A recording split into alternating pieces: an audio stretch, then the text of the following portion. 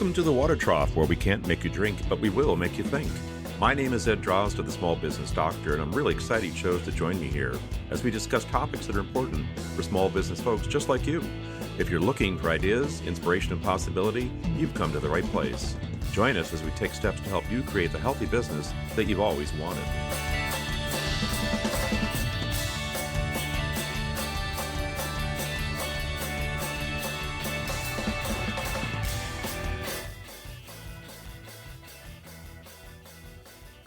Welcome back to the Water Trough, folks. This is Ed Drozda, the Small Business Doctor, and today I'm delighted to be joined by Ashley Bartner. Ashley is the visionary, co-founder, and owner of La Tavola Marque. She wears many hats, serving as a food and travel writer, photographer, and filmmaker, along with innkeeper, host extraordinaire, and chicken wrangler. We'll get back to that one. In 2007, after a honeymoon in Italy, together with her husband, Jason, they moved to Italy, started a farm, an inn, and a cooking school. Oh, she was at the time 27 years old. She became a writer for Italia and Taste Italia magazines, sharing stories about life in Le Marche, along with local season recipes, documenting the seasonal rhythms of garden life and local traditions. Before moving to Italy, she worked for Club Corps, a private golf resort and athletic club specializing in guests and public relations. She was also at the helm of their Move to Italy workshops, as well as consulting sessions for others looking to move to Italy or start businesses abroad. Ashley, hello. Oh. That was perfect. It's such a joy to have you here today. Unfortunately, my podcast is just audio, but Ashley has the most beautiful smile, so it's great for me. Thank you. Thanks for having me on, Ed. I'm excited. Your story is quite interesting. I'm going to start with the chicken wrangler just because it caught me off guard. I'd read it before, but go on. Well, it's something I never thought I'd be doing. We lived in New York before we moved out here. And before that, I grew up in the suburbs, normal kind of kid, going to a strip mall kind of thing, or a mall versus doing anything in the countryside. And quickly we found ourselves raising hens and wanted them to be free range. And we would try our best to fit in being Italian, but there was these things that we were so American that we would do, like, come on, and just kind of start wrangling the chickens and calling them in, and they would start to just follow me back down to the coop every night. And one of the guests nicknamed me the chicken wrangler, and it stuck. So it's a fun one to have. Fantastic. I can picture it now. You running around chasing chickens. Okay. You never know where your life's going to end up. I imagine chicken wrangling is just one of the many things and one of the exciting things that's going on for you. But at 27 years old, you're newly married, you're on your honeymoon, and some would say this is more than a leap of faith. What happened? How did you embark on this thing? Well, we were on our honeymoon and in Italy, so it's ridiculously romantic, and it sounds just very dream drunk of an idea to do.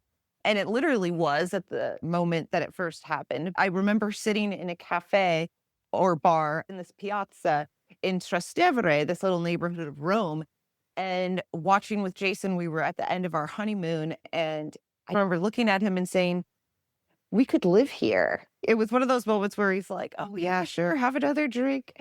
But it's one of those things too. We were at a different point in our life where we were ready for a change, looking to do something different anyway. I just thought, why not? We're young. If we're going to take a risk, we don't have kids. We don't have a mortgage.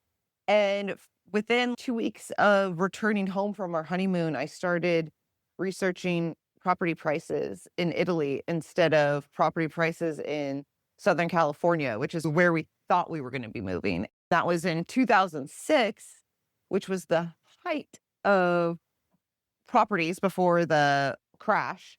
And so it kind of blew my mind. All of a sudden, the reality shifted of going, wait a second, we could do something totally different, completely outside of the box. We were crazy to even think that big. We didn't have money. We didn't come from money. We didn't speak Italian, we didn't have Italian blood. I'll start to get too rambling, but that's hopefully the first part of the answer of your question. The reason I ask the question is because a lot of folks who are starting out in a business are contemplating doing it in a place in which they're familiar. And that by itself is daunting. But the idea that you could take it that much further, that far out of the box, is intriguing. I'm sure most people would say, wow, that's just, it's more than just a leap of faith. It's got to be a lot more than that. Who's the guy who founded Virgin? Richard Branson. Yes. He has a great quote that I'll butcher, but he walked into the Bank of London to ask for like a £250,000 loan to start the magazine or something like that. And he has this quote that he was too young or too naive not to know how crazy this was. And I think there's a little bit of that. Part of it was I just broke it all down and thought, okay, you got to write a business plan. Let me just step by step it. If you look at the big picture, it's too crazy to even put your mind around. I think also there's that slight inspiration after being on your honeymoon and wanting to make a change in life and thinking about your life goals and thinking, I'd want to learn a little language. I'd want to travel more. I'd like to work together and build something with my spouse. And somehow this culminated all of it all at once. The craziest part is we went from our honeymoon to living here in a year and a half, getting the proper visa, doing a business plan, finding the property. I get excited to share this story because we were young and naive, but it shows you can do it at any age and that you just have to be willing to believe in yourself wholeheartedly and say, if we're going to do it, we're going to do it. I think that was the other thing. When I had brought it up to Jason, I think we should move to Italy. Oprah says, live your wildest dreams. We thought I was crazy at first. Don't start with Oprah says, he said. But his point was, if we're going to do this, I don't want to half ass it. And I don't want to be one of those couples who, for the next 10 years, says, we're moving to Italy, or become that couple. Weren't you going to move to Italy and start a business or something? It was like, if we're going to do it, let's do it. And we decided immediately to shut off the television. Today, I wouldn't always recommend that because there's so many things like Netflix and Prime and different ways to watch Italian. Like if you're moving somewhere, immerse yourself in that foreign culture. But that wasn't the case back then. We thought if we're watching TV, we're not doing something to move to Italy. So we had a mindset of Italy or bust, I guess. Did either of you have any kind of, let's call it, skill set or interest that would lead to opening an inn, a restaurant, and a farm? Yes. Jason is a chef. He went to the French Culinary Institute in New York. He's classically trained, like old school Jacques Pepin, Jacques Torres. These were his teachers. And then he was an executive chef in New York by the age of 25. So he was killing it. But the higher up you got in the professional kitchen, the less you're actually cooking. You're going to meetings, you're doing budget, you're handling staff, you're putting out fires and kissing babies is what he would say. And so you start to lose what you got in it for, cooking and making good food for people. And I had always worked in hospitality. Well, I had majored in theater. And so that came in handy for putting on a show for the guests, if you will, setting the scene and the mood and the lighting and all of that. I had worked at this company, Club Corp. They had dining clubs and resorts and athletic clubs and things like that. I started working with them at 17, straight out of high school. I was their youngest hire they had ever had at the Columbia Tower Club, tallest building west of the Mississippi in Seattle. At a super young age, I was trained in five-star service and high-end hospitality and taught by old school concierge, if you will. I don't know if these old school concierges still exist, but it was a great culture to be put in young and grow up in that type of expected service for the guests. The intangibles were easily obtainable because it seemed like that's just what you're supposed to do. So we both had a background in the hospitality, the food service. In the restaurant world, you'd say that I was the front of the house, Jason was the heart of the house. And so we knew we had that balance. Now, he thought I was crazy because he would never really cooked Italian food. But I said, "You'll learn. You're brilliant. You'll get there. Don't worry. You'll get there. The locals will teach you." I had this utmost confidence that it was gonna work out. I was like, "We're not building a McDonald's. We're going there to learn their ways and to immerse ourselves." But the part that we had 0 background was country, living in any way, shape, or form, and then a garden, let alone a farm, and then later wrangling chickens and raising pigs and all of that. When we arrived, we were just so curious and hungry to learn from the first step. I mean, at the first steps, they all thought we were crazy and who are you guys? And then the elders, if you will, 60s and up, took us under their wings and just started showing us the ropes of the things we needed to learn to round it out. It's fascinating how you emerged from, well, not a lot of background that would allow you to take such a major step. Certainly a chef, hospitality, those things are fundamental, so I can see where they'd fit in. Being able to pick that up and go to a totally different place sounds like it would be pretty unnerving. I'm imagining how I would feel if it were me. What was the glue that kept it together for you as you embarked? This is it. You've got your place. You're getting on the plane to go there, physically live there. What is the glue at that point that held you two together? Um, that's a great question. The glue is in our relationship or in our glue to the belief that we could build this business? There was a bit of both. That's the crazy thing about doing this with your partner, your spouse, is that line gets blurred. I think he had utmost faith in my plan. And I knew he could. I think it was just this absolute glue that if we did it together, we could do it and that we would figure it out. And there was also something about it where you're hungry. I think that's a big glue that's kept it together. Holy smokes, if we don't do this, or if this business doesn't work and this plan fails, where are we living? No, we're holes in a foreign country where our ability to stay and keep working is based on having a business running. If we can't afford our bills, oh my gosh. So the pressure was on, and we were so hungry that I think it was almost that you could see so clearly what needed to be done, and you just pull up your pants and do it. I think there's a huge advantage to being hungry in a business. We do a lot of consulting for people who want to move to Italy and retire or start a business later in life, ideas, well, later in life than when we were doing it. I think that if you have too much of a security net, you either aren't willing to take the big risks that it takes to jump in head first and just go, "Oh my God, if this doesn't work out, not only do I hope we're still married, but at least we'll have a good story to tell." But I think 'cause there was no option to fail is really the glue that kept it together. You're hungry and excited, and yeah, the belief in each other. I didn't realize till later how much he was leaning on me those first years. Not that he wasn't sure, but I didn't realize till later just how much I was in the driver's seat, where I thought, "Oh, I'm just setting up the sweet pitch, and he's hitting the home run because he's executing all of these ideas," you know? So it just worked out, that balance.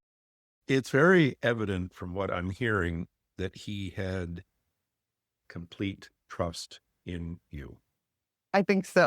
Y- y- Your vision, I presume, had to be articulated in such a way that he had no choice but to believe in everything you said. Well, I think also there's this beauty in travel, especially when you're able to get off the beaten path and have a real, I hate to say the word authentic experiences, but like submersive, immersive, whatever you want to call it, any hot word experience where you're like welcome into people's homes and you see things that they have built together over centuries in their family. And this simplicity and this joy in a different lifestyle that we're not accustomed to as Americans, where it's go, go, go, and more is always better. We're at a point where you realize there's got to be more out there. And so I think that was part of it for him, ready to leave New York, not crazy about going to California necessarily, and just seeing this quality of life that we hadn't experienced. I hate to say like simplistic level, but it was good food, the being around people and family and the beauty of it and the slow pace and realizing that they're happy with what they have. They're not looking to the grass isn't always greener. And it was, I guess, the right time for us to experience that. You found a culture that you Yeah. actually could gravitate to, Mhm. and a culture in which you lived that you wished to migrate from. Exactly. And I think that helped with the language as well because we knew we wanted to assimilate. So there was that. There's Mm. no option to not learn Italian. Was it easy? No. Am I still struggling at times? Absolutely. Do I sometimes just sound like a fourth grader after being here 20 years? Yes. Is that Right? frustrating? Yes. But if you're moving to a foreign country to start a new life, let alone start a business too, you better learn the language. Again, there was no option. So even there was so many hurdles, if you will, to get over. It seemed a little bit old school baby steps. Just get that one done and then we go to the next. Not usually short for words, but wow. Something Yes. that was interesting to find out was on the hospitality or business culture side here, how different things were than in the States, where something simple like if we had Americans here by the pool, it would be totally normal and expected for us to go up and ask, would you like us to bring you some wine, a beer, be openly, outwardly hospitable.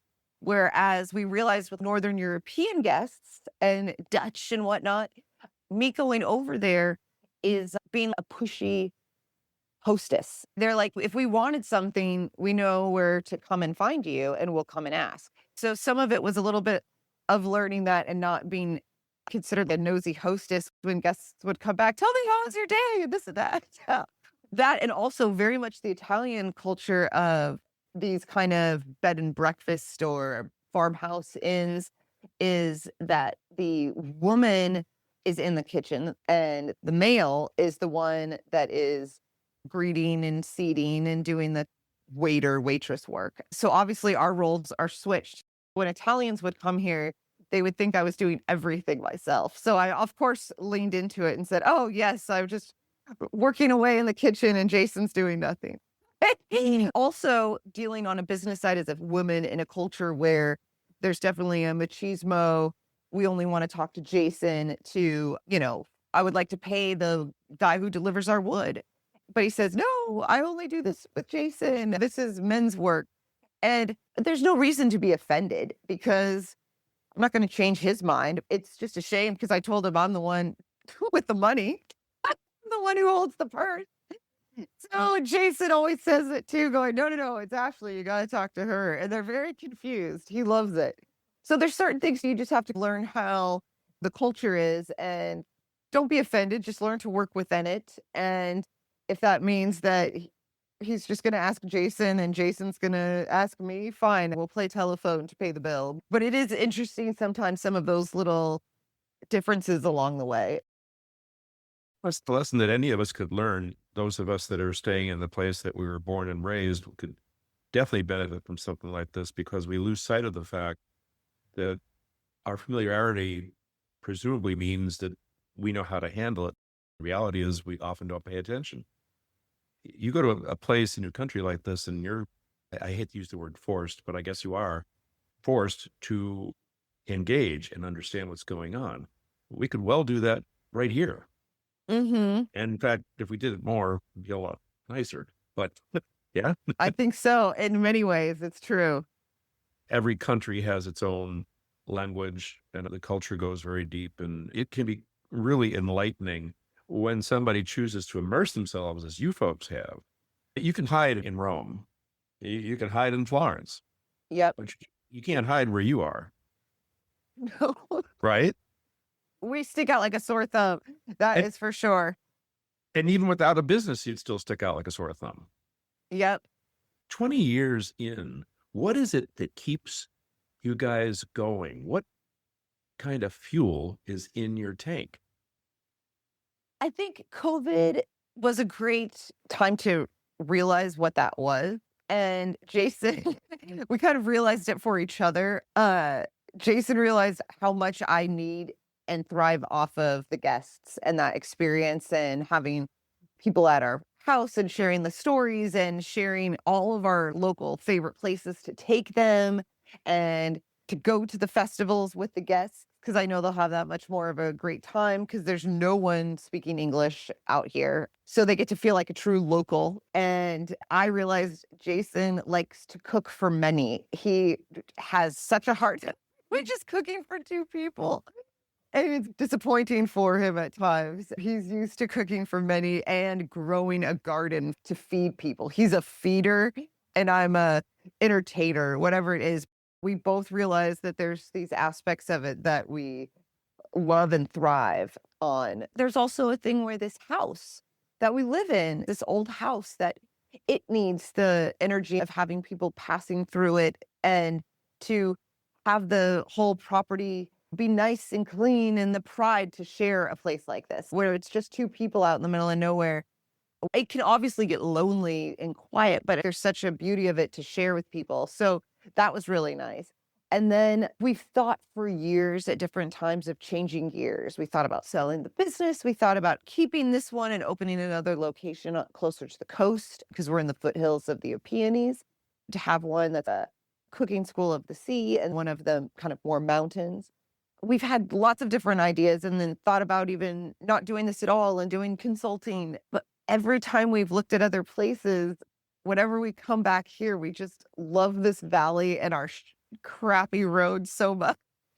It's a terrible, crappy, dirt, dusty road with tons of potholes, but oh, it feels like home. And we've become such a part of the community here as well. It's funny because I always think about how at 19, I had no fear of moving from Seattle to New York.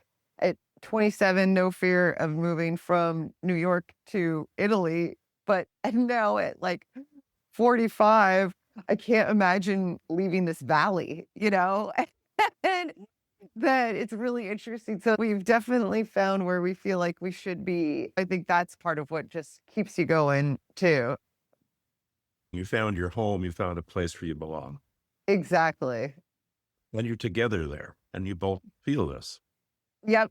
Which is really great. In business, a lot of people don't have a legitimate partner. What I mean by legitimate is they may be there because one serves a role and another one serves another role, but they're not really able to sense the value and purpose of each other. They're there for a role. That's it. Yours and Jason's relationship. That's the fuel in that tank. We had guests our first year. Kind of insight into her marriage. Maybe she was here a day or two and she looked around and saw how secluded we were and how much we are on top of each other, our little property. We're together all the time. And she said, wow, you guys must really like each other. I remember thinking, well, I hope so. We're married.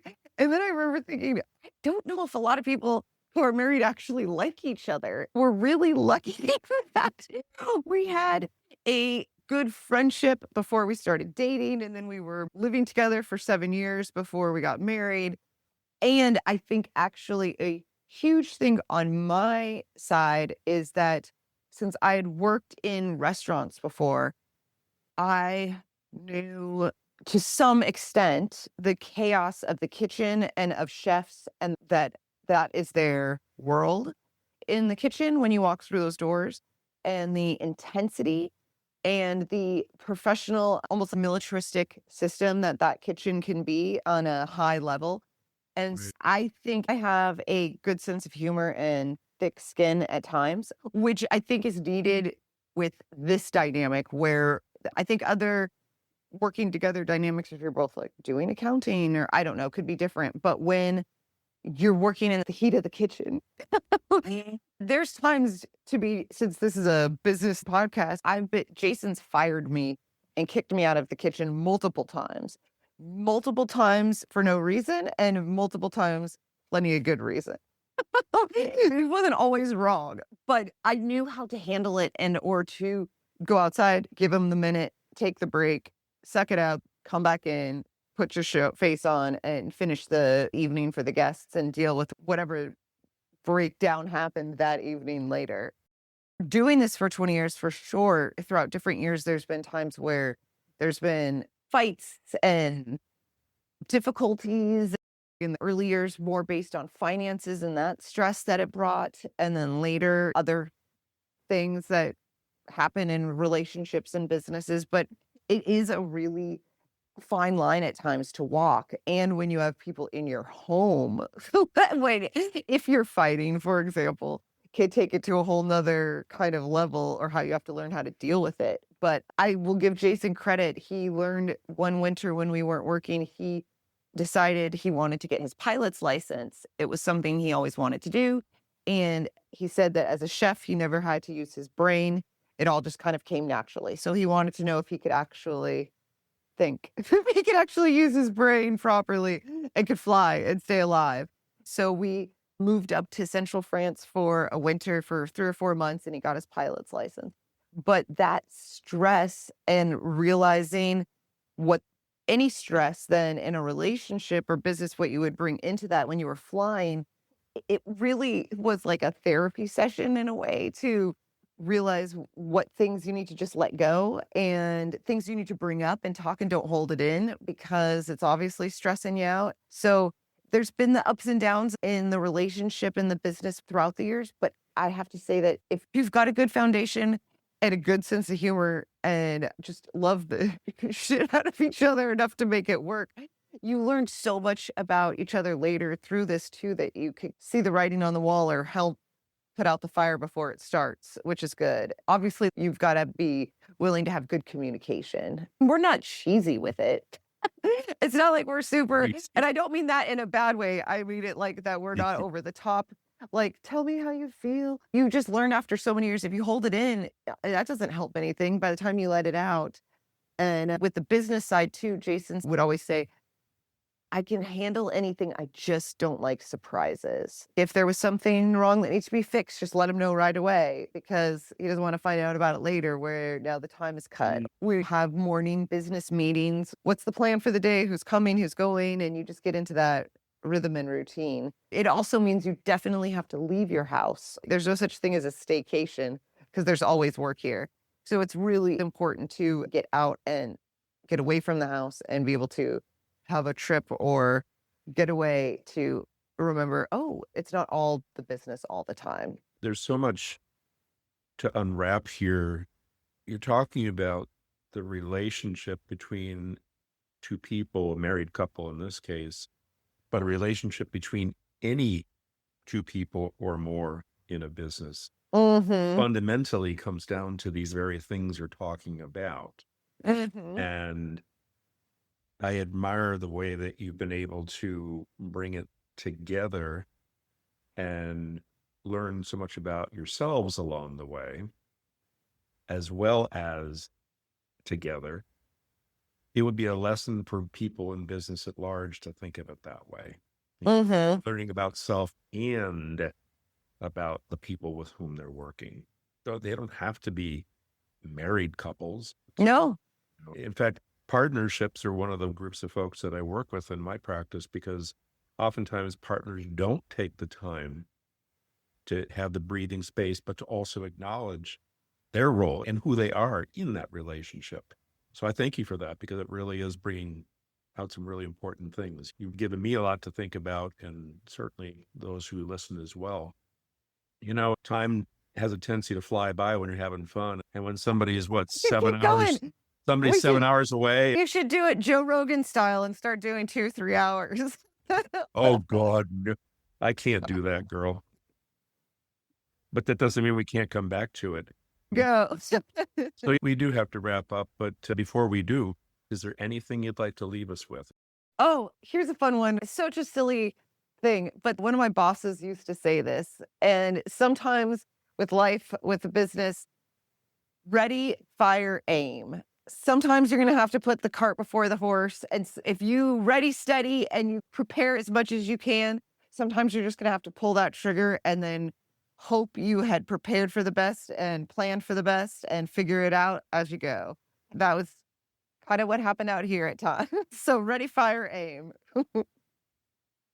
Thanks for that. My guest today is Ashley Bartner. She's the visionary co-founder and owner of La Tavola Marque, but most importantly, a chicken wrangler who has found herself. I want to thank you very kindly because you've inspired me, and that's what this show is all about. Thank you, Ed. Thank you so much. This was a wonderful conversation.